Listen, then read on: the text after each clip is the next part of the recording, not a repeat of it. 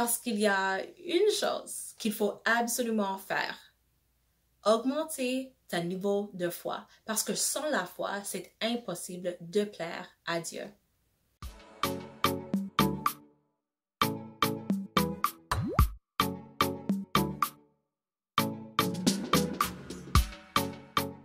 Bonjour, bon après-midi, bonsoir, je ne sais pas quelle heure de la journée vous allez regarder cette vidéo, mais je vous souhaite la bienvenue. Je suis Stéphanie et merci d'être ici pour une autre vidéo sur la chaîne Inspirée par Dieu. Aujourd'hui, j'aimerais partager 5 principes concernant la foi et j'aimerais juste vous encourager dans cette saison si vous êtes dans une place où vous avez pas beaucoup de foi ou peut-être votre niveau de foi ça vient de diminuer, je ne sais pas pourquoi, mais dans cette vidéo, nous allons regarder 5 principes que nous sommes capables d'appliquer ou de prendre et de mettre en pratique dans nos vies pour voir la parole de Dieu vraiment manifester avec de la puissance dans nos vies. En fait, j'ai hâte pour cette vidéo et j'espère que vous êtes hâte. Restez jusqu'à la fin pour écouter tous les 5 principes et à travers cette vidéo, j'espère que Dieu va vous bénir. Donc, on commence tout de suite avec la première principe. Principe numéro 1. Sans la foi, c'est impossible de plaire à Dieu. Vous avez déjà entendu ça dans l'intro, mais cet principe, c'est pas juste quelque chose que moi j'ai écrit dans mon journal pour présenter dans cette vidéo. Non, ça vient de la parole de Dieu et on peut trouver le verset exact en Hébreu. Hébreu 11e chapitre, 6e verset. Voici ce que ça dit. Or, sans la foi, il est impossible de lui être agréable, car il faut que celui qui s'approche de Dieu croit que Dieu existe et qu'il est rémunérateur de ceux qui le cherchent. Donc, en premier, il faut croire que Dieu existe et deuxièmement, il faut lui chercher.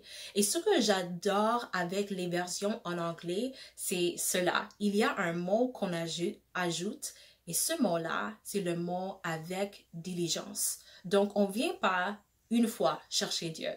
On ne vient pas seulement 2 fois chercher la parole de Dieu, la manière de Dieu, la puissance, la volonté de Dieu. Non, on vient avec de la diligence. Donc, nous sommes consistantes en train de chercher qu'est-ce que Dieu veut me communiquer, qu'est-ce que Dieu veut que j'apprends dans cette saison, qu'est-ce que Dieu veut faire à travers moi, qu'est-ce que Dieu veut faire dans ma famille, dans ma nation, comme nous sommes vraiment là en train de croire, d'avoir de la foi que Dieu existe. Comme les humains n'ont pas formé Dieu dans leur cerveau. Je crois qu'il y a des personnes, en fait, je sais qu'il y a des personnes qui croient que nous, en tant qu'humains, nous avons voulu quelque chose pour nous conforter, donc nous avons juste créé l'idée de Dieu et tout ça. Non, Dieu existe. Hébreu 11, 6 dit, pour plaire à lui, il faut croire qu'il existe et qu'il va donner des rémunérations, des bénédictions, qu'il va bénir tous ceux qui viennent et lui cherchent. Et moi, j'ajoute, comme je vois dans les versions anglaises, avec de la diligence. Donc ça, c'est le premier principe de la foi. Il faut absolument avoir de la foi.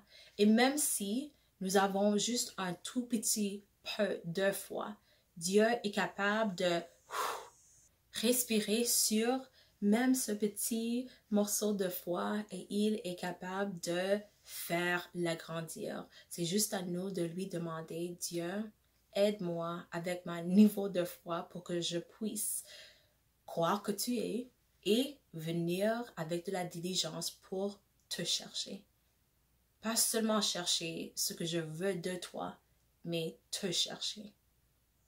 Principe numéro 2. La foi est un don et c'est aussi le moyen par lequel on reçoit le salut. Éphésiens 2, verset 8. Car c'est par la grâce que vous êtes sauvés, par le moyen de la foi. Et cela ne vient pas de vous, c'est le don de Dieu. Donc ici, le principe qu'on voit, c'est que Dieu nous donne la capacité d'avoir la foi en lui. Et c'est un cadeau, c'est un don qu'il nous donne à travers son miséricorde. Et à travers cette foi, c'est comme, je le vois comme ça dans ma tête. C'est comme une voiture, la foi et la voiture, on entre dans cette voiture et le chemin qu'on traverse, c'est le chemin de salut. Donc, c'est comme ça que nous sommes capables de venir vers Dieu. Nous entrons à travers la foi, ce qui est un cadeau que Dieu nous a donné, et à travers ce cadeau, ce don, nous sommes capables d'accéder au salut, d'accéder à une relation avec lui. C'est comme le plus bon et le cadeau le plus magnifique qu'on peut jamais recevoir dans cette vie. Et ça vient à travers la foi. Donc, c'est vraiment important de savoir à la base de ce parcours chrétien, il faut absolument avoir de la foi en Dieu. C'est comme ça que nous accédons au salut. Et c'est comme ça que nous sommes agréables à Dieu. Et principe numéro 3.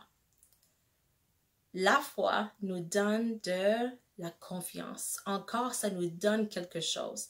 Et ça nous donne la confiance en nous assurant que cette bonne chose que j'aimerais voir dans mon futur, je ne le vois pas dans le présent, mais à travers la foi, je suis capable de maintenir une confiance en Dieu et une confiance dans le fait que je vais éventuellement voir cette chose, vivre cette chose. Cela va être mon expérience à travers quoi? La foi. Donc la foi, ça ouvre encore pour nous la porte de la confiance. Hébreux 11, verset 1, cette fois-ci. Or, la foi est une ferme assurance des choses qu'on espère, une démonstration de celles qu'on ne voit pas. Si tu es en train de regarder cette vidéo aujourd'hui et vous êtes en train d'espérer pour quelque chose dans ta vie, dans ton mariage, dans ta santé, avec tes finances, avec ta famille, dans ta nation, je ne sais pas. Si vous êtes en train d'espérer quelque chose, Hébreux 11, verset 1 est pour toi. Cette foi que Dieu nous a donnée comme un cadeau est capable d'être pour toi une ferme assurance. Même si la chose n'est pas encore devant toi, ayez de la foi en Dieu et dans son parole qui ne change jamais, que toi, éventuellement, tu vas la voir et tu vas le voir. Avec tes yeux, tu vas le voir et avec tes mains, tu vas la voir. Et avant de bouger au 4e principe, j'aimerais juste noter l'usage des mots dans Hébreux 11, verset 1. Ça dit que c'est une ferme assurance. Donc, c'est pas quelque chose qui est instable. Non, c'est quelque chose qui est stable, quelque chose qui est sur une fondation qui est ferme. C'est quelque chose sur laquelle tu peux bâtir ta foi, ta vie, ta confiance, tes relations, tout ça. Tu es capable de bâtir sur une fondation qui est concrète. C'est ça la foi. Donc, j'ai pas même inclus ceci comme un principe, mais la foi est une fondation ferme. Selon Hébreux 11, verset 1, la foi est une ferme assurance, c'est une ferme fondation qu'on peut bâtir sur laquelle on peut bâtir nos vies. Et Dieu, la Bible nous dit, à chaque personne qui met leur confiance, leur foi en Dieu, cette personne-là ne va jamais être déçue. Jamais. Jamais. Jamais être déçue. Et principe numéro 4. La foi est nécessaire pour la guérison, la délivrance et la restauration. Ici, j'aimerais présenter une histoire. Quand j'étais en train de faire mes notes pour cette vidéo, j'ai pensé immédiatement à cette histoire. Ok, donc j'aimerais partager cette histoire qui nous vient de Matthieu, le 9e chapitre. Tandis qu'il leur adressait ces paroles, voici un chef arriva, se prosterna devant lui et dit, « Ma fille est morte il y a un instant, mais viens, impose-lui les mains et elle vivra. » Jésus se leva et le suivit avec ses disciples.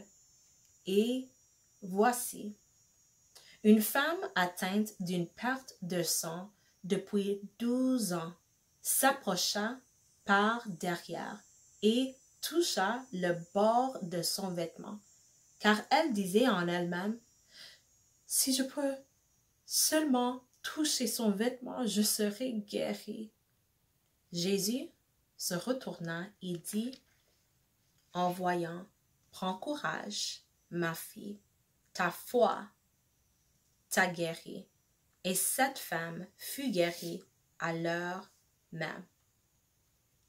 Prends courage, ma fille, ta foi t'a guérie. Et cette femme fut guérie à l'heure même. Lorsque j'étais en train de lire ce passage, je sentais même les sentiments de cette femme. Je sais que ça fait 12 ans qu'elle est là, malade, et c'est seulement comme 4 versets qu'on lit. Mais à travers ces 12 ans, elle était isolée. À travers ces 12 ans, elle avait une odeur. À travers ces 12 ans, elle n'était pas capable d'être autour des autres personnes. Et elle a entendu qu'il y avait quelqu'un, Jésus par nom, qui passait. Et n'importe où il allait, les personnes recevaient la guérison, la délivrance, la restauration. Donc, elle a décidé, je sais déjà, ça fait 12 ans, je sais que je ne suis pas permis d'être dans cette foule de personnes. Mais ma foi ne me laisse pas rester chez moi aujourd'hui.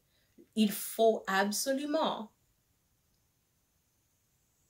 que je touche Jésus, peut-être que je pourrai parler avec lui, peut-être non, je ne sais pas, mais il faut absolument que je me présente dans la présence où il est.